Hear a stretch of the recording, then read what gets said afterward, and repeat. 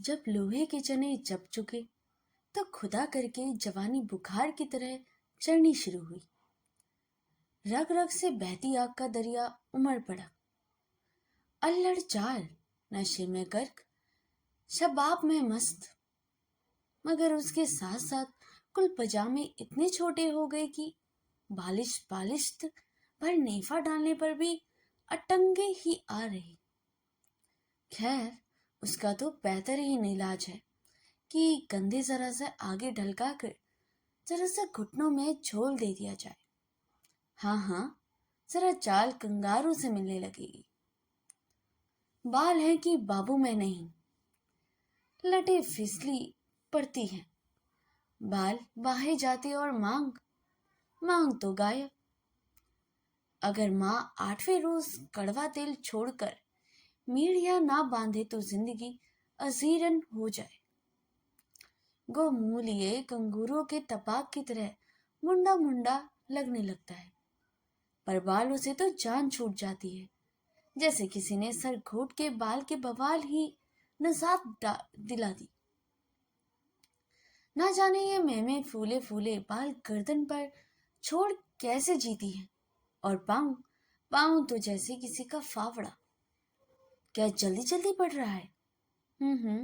अगर ऐसी रफ्तार से बढ़ा तो सिर के बल बराबर हो जाएगा। अंगूठा जैसे कछुए का और भी थी बहुत सी बातें जो अकेले में बैठकर चन्नू को सताती। आईने में नाक देख के तो बस के आने लगते।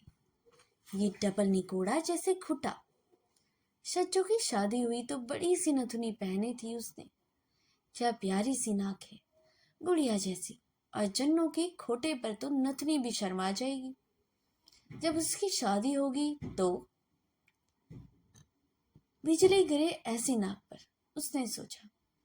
इस पर शबराती भैया आए थे, कैसे गौर से उसका मुख देख रहे थे। भला इन्होंने काहे की ऐसी नाक कहीं नहीं देखी हो। जन्नू जल्दी से कुछ पूछने के बहाने नाक ओढ़ने से छिपा ली। शबराती भैया छिप गए। समझे होगे बिगड़ जाएगी ये काश वो सलोचना होती या माधुरी का गज्जन ही सही। अल्लाह मियाँ का उसमें क्या जाता। क्या टोटा तो आ न जाता उसके खजाने में। अगर जरा सा वो गोरी ही होती तो, और कामचोर कारीगर जरा ध्यान से उसे ढंग का बनाते तो क्या हाथ सड़े जाते उनके, जो आंखें बंद करके बहुत से फरिश्तों को खटाखट इंसानी पैकर करते देखती। काश वो गड़ी जा रही होती तो फरिश्ता के बगल में फोड़ा निकला होता। बापू को जब फोड़ा निकला था तो 1.5 महीना की खाट कोड़ी थी और खुरपिया तक ना हिलाई थी। उसका ख्याल माँ की तरफ भटक गया। खैर, पैल में ना जाने दिन में के घंटे एड़ती। पिछले चंद महीने से उसका पेट निहायती खौफनाक चाल से बढ़ रहा था। वो खूब जानती थी कि वह फूलनाक खाली अल इजलत नहीं। जब कभी माँ ये बवाल छा जाता, एक आध बहन और भाई रात भर री री करने लगते और उसके कूल्हे पर रोने के आन मौजूद होता। मक्खियाँ बस दोपहर को सताती हैं। इस कान से उड़ाओ दूसरे कान में आ मरे, वहां से उड़ी तो नाक में तनतनाए, वहां से नोचा तो आंख के कुएं में घुस जाती। 2 घड़ी भी ना हुई होगी कि दुपट्टा के छेद में से यलकार बोल दिया और ऊपर से माँ डकराई। मौत पड़े तेरे सोने पर, उठ, शबराती की रोटी दे। गर्दन पर से मैल की बत्तियां छुटाती छीके की तरफ चली। बाहर पत्थर पर शबराती भैया लालचार खाने का अंगोछा फींच रहे थे। छपाछप से मैली मैली बूंदे उछलकर उनकी अध मिर्ची आंखों और उछले हुए बालों पर पड़ रही थी। वो रोटी रुक के पास ही घुटनों पर टोड़ी रख के गौर से उन्हें देख रही। उनके सीने पर कितने बाल थे, घने पसीने में डूबे हुए। जीना घबराता होगा, वे सोचने लगी। कैसे खुजली पड़ती होगी। उनके कसे हुए डंडड़ों और रानी की मछलियां हर छपाके के साथ उछलती उछलती थी। शबराती भैया अंगोछा टट्टी पर फैलाकर रोटी के बड़े बड़े नेवाले साग की कमी का गीला करते हुए निकलने लगे। पाड़ी उन्होंने सूखी रोटी के मोहित नेवाले को गले में जकड़ते हुए कहा और जन्नों ने घबरा कर उन्हें कटोरी पकड़ा दी। जरा सा खा लो, कटोरी मांझ के यहीं धर देना और हमें कट्टी करने को पड़ी है। वे गरूर से काम सादिर करती उठी। हम कर देंगे कट्टी। शबराती रोटी के किनारे खाते हुए बोला, तुम खेत जाओगे? वे चलने लगी, खेत भी जाएंगे। वे गरूर से एक अमीक डकार लेकर बोला, ओह नक रहने दो, वो चली। कहते हैं तुझसे कटी नहीं होगी, वैसे ही कोई चोट चपेट आ जाएगी। शबराती ने प्यार से डांटा। शबराती को कहा उसके आने से पहले वो कट्टी किया करती थी कि नहीं। ऐसा भी क्या चोट चपेट। छप्पड़ में जाकर उसे रूपा और चंदन को प्यार से दो चार घूंसे लगाने और उन्हें कोने में चुपचाप खड़ा रहने की ताकीद करके खुद कट्टी के गड्ढे को पेचोर कर गड्डियां मनाने लगी। झेप हटो, हम कट्टी कर दे। शबराती ने फिर डकार लेकर चने का साग का मजा लेना शुरू किया। वो इतरा कर गंडासा संभाल कर बैठ गई, गोया उससे सुना ही नहीं। तो उसे एक दफा कहो तो सुनती ही नहीं। ला इधर गंडासा। वो गंडासा छीनने लगे। नहीं, वो बनने लगी और कट्टी शुरू कर दी। लो तो ले आओ। अब अपनी फुकनी जैसी मोटी मोटी उंगलियां गंडासे के नीचे बिछा कर बोली, ले लो, अब कट्टी करो। मार दोगे? हटाओ कि हम सच्ची मार दे। वे गंडासा तोल के बोली, जैसे सचमुच मार ही देती। मार, तेरे कलेजे में बूता हो तो मार देख। और जो वो मार ही देती, कच्चर कच्चर सारी उंगलियां पिस जाती। ये क्या बात थी? कोई जबरदस्ती थी क्या उनकी? अब मारती क्यों नहीं? शबराती भैया ने आंखें झपकाई और उनको मूछों वाला मोट सा होठ दूर तक फैल गया। गंडासा छीन लिया गया और जन्नू खिसिया गई। ना जाने उसको सख्त और खुरदरे हाथों में इस वक्त क्या हो गया, किस कदर छोटे और नर्म मालूम देने लगी। उसे मालूम हो गया कि सीना पर पसीना में डूबे हुए घने बालों से जी क्यों नहीं घबराती और फुकनी जैसी उंगलियां जैसे फुर्तीली होती हैं। जन्नू का बस चलता तो वो उनके भूखे कुत्तों को अपनी बोटियां भी खिला देती, मगर कितना खाते थे उसके जरा जरा से भाई भाई। वो मोटी से मोटी रोटी वहां कितनी ही जली और अधकचरी क्यों ना हो, चुटकियों में हजम कर जाती।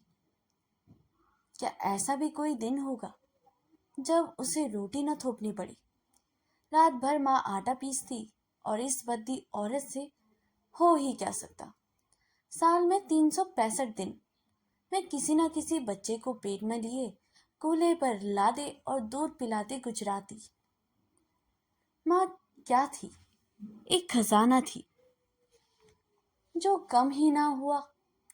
कितने ही कोड़े उसने नालियों में कुश्ती लड़ने और कलाजत फैलाने के लिए तैयार कर लिए, पर वैसे ही ढेर का ढेर रखी थी। आखिर वो दिन भी आ गया जब कि रात के ठीक 12 बजे माँ ने भैंस की तरह डकराना शुरू किया। मोहल्ला की कुल मुअज्जिज बीवियां ठीकरे और हांडियों में बदबूदार चीजें लेकर इधर से इधर दौड़ने लगे। मोटी दोहर के बछड़े की रस्सी की मदद से खप रैल के कोने में तान कर मां लिटा दी गई। बच्चों ने मिनमिनाना शुरू किया और आने वालों से बड़ा बच्चा पछाड़े खाकर गिरने लगा। बापू ने सबको निहायत अजीब अजीब रिश्ता कायम करने की धमकी देकर कोने में ठूस दिया और खुद माँ को निहायत बेशदार गालियां देने लगा, जिनका महफूम जन्नू किसी तरह न समझ सके। जब राते भैया दो एक गालियां जो वगैरह को देकर भैंसों वाले छप्पर में जा पड़े, पर जन्नू माँ के चिंगाड़े सुनती रही और उसका कलेजा हिला जाता। मालूम होता था कि माँ को काटे डाल रहा है। औरतें ना जाने उस पर्दे के पीछे उसके संग क्या बेजा हरकत कर रही थी। जन्नू को ऐसा मालूम हो रहा था कि जैसे माँ का सारा दुख वही उठा रही है, गोया वही चीख रही थी और एक नामालूम दुख की थकन से वाकई वो रोने लगी। सुबह को वो एक सुर्ख गोश्त के लथोड़े की गुदड़ में रखा देखकर कतई फैला ना कर सके कि इस मुसीबत और दुख का माकूल सिला है या नहीं, जो माँ ने वो शायद शब्द झेला था। पता नहीं माँ ने दूसरी गलासत के साथ साथ उसे चीलों को खाने के लिए घोड़े के ढेर पर रखने की बजाय उसे कलेजे से लगा रखा था। जाड़ों में भैंसों के गोबर की संधाड़ बची कुची सानी की बू के दरमियान फटे हुए गोदड़ में इस सिरे से उस सिरे तक जीव ही जीव लेट जाते। फटी हुई रोई के गट्ठल और पुरानी बोरियां जिस्म के करीब घसीट कर एक दूसरे में घुसना शुरू कर देते ताकि कुछ तो सर्दी दबे। इस पे सर ओ समानी भी क्या मजाल जो बच्चे निचले बैठे। रसूलन हुंगवा की टांग घसीटी और नथु मोती के गुले में काट खाता और कुछ नहीं तो शबराती ही घसीट कर इतनी गुदगुदी करता कि सांस फूल जाती। वो तो जब माँ गालियां देती तब जरा सोते। रात को वो अफरा तफरी पड़ती कि किसी का सर तो किसी का पैर, किसी को अपने जिस्म का होश न रहता, पैर कहीं तो सर कहीं। बाज वक्त अपना जिस्म पहचानना दुश्वार हो जाता। रात को किसी की लात या घूसे की चोट खाकर या वैसे ही इतने जिम्मों की बदबू उतार कर अगर कोई बच्चा चू भी करता तो माँ डायन की तरह आंखें निकाल कर चीखती और फरियादी बसूर कर रह जाता। और जन्नू तो सबसे बड़ी थी, मगर जन्नू को खूब मालूम हो गया कि सीने पर कितने ही बाल हो और बगल में कैसे ही संधाड़ आए। जी बिल्कुल नहीं घबराता। मोरी का कपड़ा कीचड़ में क्या मजे से लौटता है और उसमें बात ही क्या थी।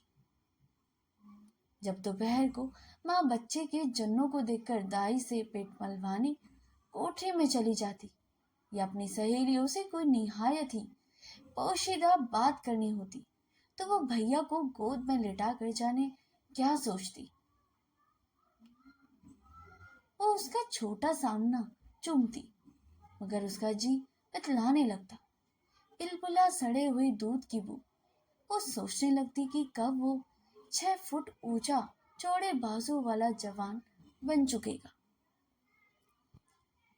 या फिर वो उसकी छोटी छोटी मूंछों और फुकनी जैसी मोटी उंगलियों का तस्वुर करती। उसे यकीन ना आता कि कभी यही खमीरी कलकला लकड़ी का खंभा बन जाएगा। कुएं पर नहाते हुए नीम बहराना गुंडों को देखकर वो अपने अधमरे भाइयों पर तरस खाने लगी। काश यही बढ़ जाए, इतना खोते हैं, फिर कचरिया सब पेट फूल जाता है और वो भी सुबह को खाली। मुहर्रम पर शबराती भैया अपने घर चले गए। रात को बच्चे पहले ही धुतकार में सो जाते, पर जन्नू पड़ी पड़ी जागा करती। वो सरक सरक के किसी बच्चे से बेइख्तियार होकर लिपट जाती। शबराती भैया कब तक आएंगे? अम्मा उसे एक दिन पूछा माँ से। बैसाखी में उसका ब्याह है, अब वो ससुराल ही में रहेगा। माँ गेहूं फटकती हुई बोली। अरे उसे किस कदर हैरत हुई। घसीटे चाचा के ब्याह में बस क्या बताया जाए, क्या मजा आया था। रात रात भर बस गाना और ढोल। सुर्ख टोल की दुपहिया वो किस शान से 8 दिन तक उड़े फिरे थी। जब तो शब राती भैया ने उसको जोर से चुटकी भर ली। वो घंटों रोई थी। वो फिर सोचने लगी कि ब्याह में कौन सा कुर्ता पहनेगी। लाल ओढ़नी तो वैसे धरी थी, फिर ब्याह तो अभी दूर था। पर ना जाने उसे क्या हो गया। पैसे तो कुछ नहीं, बस जी था कि लौटा जाता था। अगर पिछवाड़े इमली का पेड़ ना होता तो वो फिर भूखी ही मर जाती। कैसा जी भारी भारी रहता। माँ उसके झूंटे पकड़ पकड़ कर हिलाती, पर हर वक्त नींद थी कि सवार रहती। पानी भरते में उसे कई दफा चक्कर आ गया और एक दफा तो वो फिर गिर ही पड़ी दहलीज पर। नासों की कमर लचक जाती। माँ ने दोहत्तड़ मार कर कहा और अपना पीला सा चेहरा देखकर वो खुद कर डाल जाती। वो यकीनन मारने वाली हो रही थी। कुबड़ी बुढ़िया मरी थी तो कई दिन पहले धड़ाम से मोरी की में गिरी और बस घसीटा ही करती थी। अरे ये तुझे क्या हो गया रांड? माँ ने उसे बस मुर्दा देखकर पूछ ही लिया और वो उसे बेहतर टटोलने लगी। जन्नों ने बहुत गुदगुदाई हुई थी। हरामजादी, ये किसका है? उसने उसकी चोटी उमेट कर कहा। क्या? जन्नों ने डर से पूछा। अरे यही तेरे करतूत? बच्चा जानती है, मुर्दार हरामखोर। उसको जन्नों को इतना मारा कि 2.5 सेर घी फेंकने पर भी ना मारा होगा और खुद अपना सर कूट डाला। अरे मर्दे खोर, बता तू आखिर कुछ। वो थककर जन्नों को फिर पीटने लगी और फिर उसे ना जाने क्या क्या पूछ डाला। वही था ही क्या। रात को उसने अपने बाप की गालियां और मार डालने की धमकी सुनकर जोर से घुटने पेट में अड़ा लिए और घाट पर औंधी हो गई। पर उसे बड़ी हैरत हुई कि वो साथ साथ शबराती भैया को क्यों गंडासे से काट डालने की धमकी दे रहे थे। वैसाख में उनका ब्याह होने वाला था, जिसमें वो सुर्ख दुपट्टा उड़कर उसका गला भर आया। तो दोस्तों, यह स्टोरी यहीं पर समाप्त होती है। यह कहानी एक युवा लड़की के यौवन और उसकी दबी कुचली इच्छाओं के संघर्ष को दर्शाती है, जो पितृसत्तात्मक समाज के बंधनों और दोहरे मापदंडों के बीच फंसी हुई है। यह कहानी उस लड़की के मानसिक और शारीरिक परिवर्तनों को भी बयान करती है, जो समाज की कठोर नैतिकता के कारण खुलकर व्यक्त नहीं कर पाती। यह कहानी समाज के बने बनाए ढांचों को चुनौती भी देती है और जीवन के नए पहलुओं को उजागर करती है, जो युवावस्था की जटिलताओं, इच्छाओं और समाज के दकियानूसी विचारों को भी चुनौती देगी। यह कहानी न केवल मानवीय रिश्तों की गहराई को दर्शाती है, बल्कि महिलाओं की आजादी और उनके अधिकारों की ओर भी ध्यान आकर्षित करती है। तो मिलते हैं नेक्स्ट स्टोरी में। तब तक के लिए धन्यवाद।